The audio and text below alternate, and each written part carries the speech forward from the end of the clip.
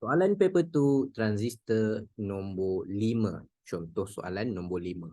Rajah 5.1, 5.2 menunjukkan 2 litar bertransistor. So, komponen elektronik yang digunakan adalah transistor yang serupa dalam dua keadaan. Okey, so yang atas diberi gelap dan kita nampak mentol di sini tidak menyala, dan bila diletakkan di kawasan yang cerah, mentol ni menyala. So, ini perkara yang memang kita kena tahu. So, seperti yang cikgu letak di dalam nota, okay, bab elektronik, transistor.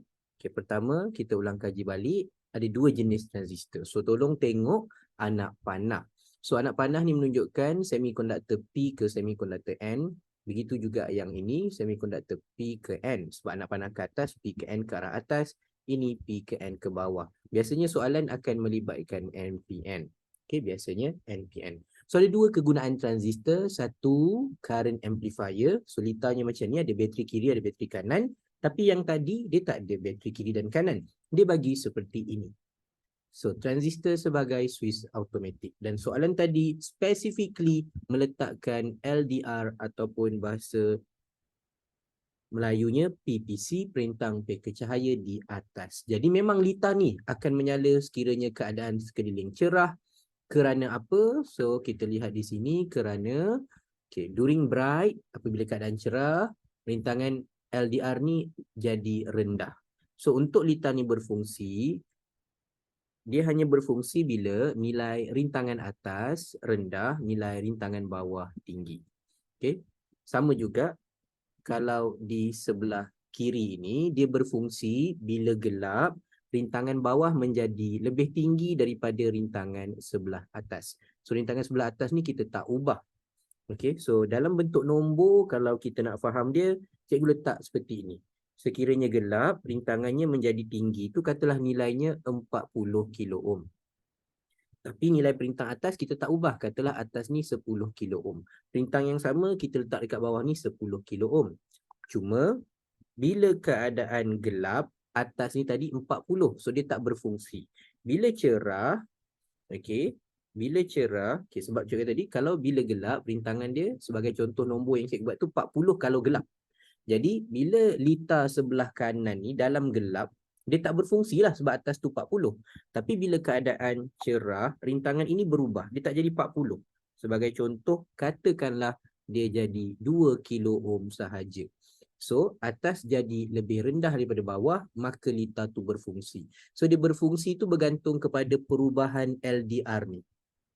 Bila dia tinggi, waktu gelap, dia rendah, waktu siang. So, ayat dia sama, bab ni lebih kepada menghafal. Jadi, resistance of LDR low during bright. Rintangan PPC tu rendah bila keadaan cerah. Arus mengalir melalui tapak transistor, transistor dihidupkan dan mentol itu menyala. Okay, so this one is in English lah. Resistance of LDR low during bright, current flow through the base, transistor turn on and bulb lights up. So, dan dalam bahasa Melayunya adalah seperti ini. Okay, so kita nak balik kepada soalan tadi. So, logiklah dia tak menyala waktu gelap. Sebab waktu gelap, rintangan di sebelah atas tinggi. Rintangan di sebelah bawah rendah.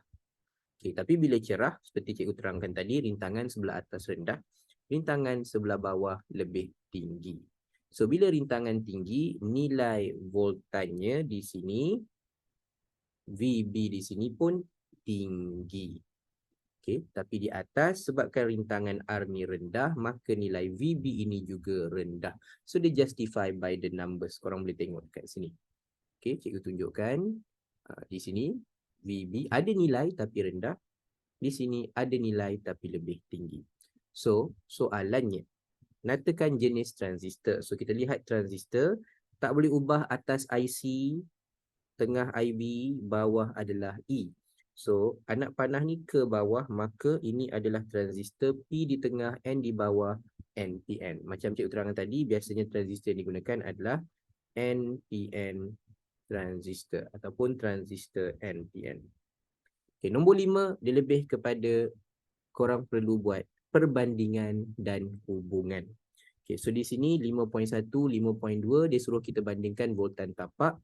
So ringkasnya berdasarkan gambar ni kita boleh nampak voltan tapak diagram ataupun rajah 5.1 tersebut lebih rendah daripada 5.2. Okay. Untuk nyalaan mentol pula, 5.1 kalau kita tengok rajah, dia tidak menyala, 5.2 menyala. So kita tulis 5.1 tidak menyala, manakala 5.2 menyala.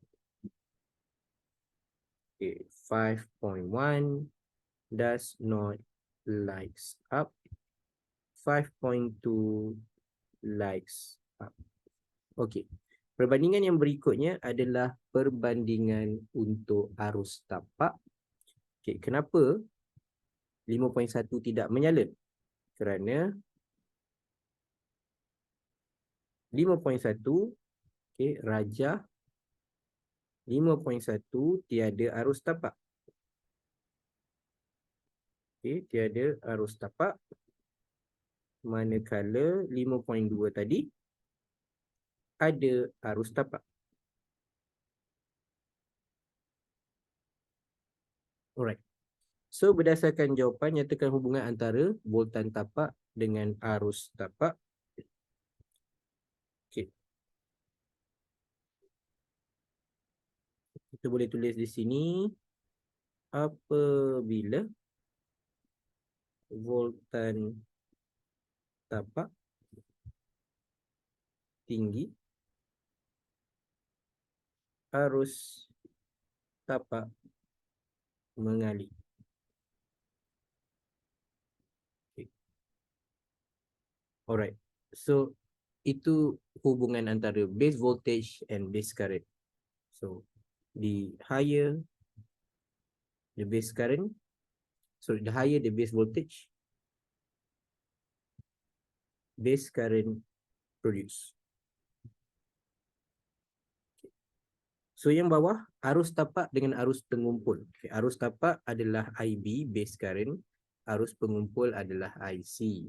So semakin tinggi, cikgu ringkaskan di sini, semakin tinggi arus tapak, semakin tinggi arus pengumpul. So the higher the base current, the higher the collector current. Okay, so korang boleh tulis penuh, cikgu just bagi dia punya jawapan. So biasanya dia tak akan habis kat situ sebab di sini baru ada 6 markah. Maka 3 markah lagi untuk mencukupkan 9 markah, biasanya dia buat kat sini, dia kira-kira lah. So soalan di sini dia menggunakan LDR di bawah seperti kita rujuk di dalam nota. Kalau LDR di bawah bermaksud lita tu berfungsi ketika keadaan sekeliling gelap. Tapi kita nak tengok sama ada dia berfungsi atau tidak. Soalan dia bukan itu. Soalannya adalah diminta kita mengira. So untuk mengira di sini diberikan apabila PPC mengesan cahaya, beza keupayaan PPC 1.2. Okay, kenapa? Bila dia mengesan cahaya, maksudnya keadaan itu cerah. Bila cerah, rintangan PPC ni tadi ataupun rintangan LDR ni rendah. Bila rintangan LDR rendah, kita belajar V sama dengan IR, rintangannya rendah, maknanya voltannya rendah. Sebab tu dia beritahu voltan PPC itu hanya 1.2. Jadi kalau kita letakkan di sini, di bawah ini, cikgu gunakan warna merah, nilai voltannya adalah 1.2 volt. Okay, so secara logiknya, jumlah voltan yang ada di sini 6. Okay, sebagai pembahagi voltan, potential divider, so kalau bawah dah pakai 1.2, maka atas ni adalah 6 tolak 1.2 volt. So atas ini nilai voltanya secara automatik menjadi 4.8 volt. Tu konsep kena faham dulu. So total 6, 1.2 dah pakai kat bawah, baki dia dekat atas 4.8. So dia minta kita mengira rintangan untuk LDR. So rintangan di atas dah diberi 10. So sebenarnya formula dia adalah ratio. Korang just buat ratio nisbah. Jadi kita boleh buat seperti ini. Pertama kita buat dulu 6 tolak 1.2 tadi. So korang dapat 4.8 volt. Okay, and then kita boleh buat V atas VR bahagi rintangan atas R sama dengan V PPC di bawah bahagi rintangan bagi PPC. Kita nak mencari rintangan PPC. So V dekat atas, VR dah ada 4.8 selepas kita tolak. Okey, volt cik ubah unit di situ, bahagi dengan nilai rintangan dia 10 kilo ohm. Okey, 10 kilo ohm. So kita tahu di sini 1.2 volt dan rintangan PPC tak tahu. So secara algebra rintangan PPC adalah 1.2, sorry. Okey, 1.2 volt bahagi 4.8 volt darab dengan 10 kilo ohm. Jadi volt di sini hilang, maka unit yang tinggal adalah 2.5 kilo volt, kilo ohm. Okey, 2.5 kilo ohm. So itulah nilai di bawah. Dan secara logik ni dia macam ni. Korang boleh tengok berapa peningkatan voltan tersebut. Okey, berapa peningkatan voltan. So kalau 1.2 kepada 4.8, dia punya beza adalah 4 kali ganda. Maka dia punya rintangan pun berbeza 4 kali ganda. Sebab tu kita dapat 2.5 kilo ohm. So kalau korang letak ohm salah, make sure letak kilo ohm. Alright. So itu untuk soalan kertas 2 elektronik transistor. Jumpa lagi dalam video akan datang. Bye-bye.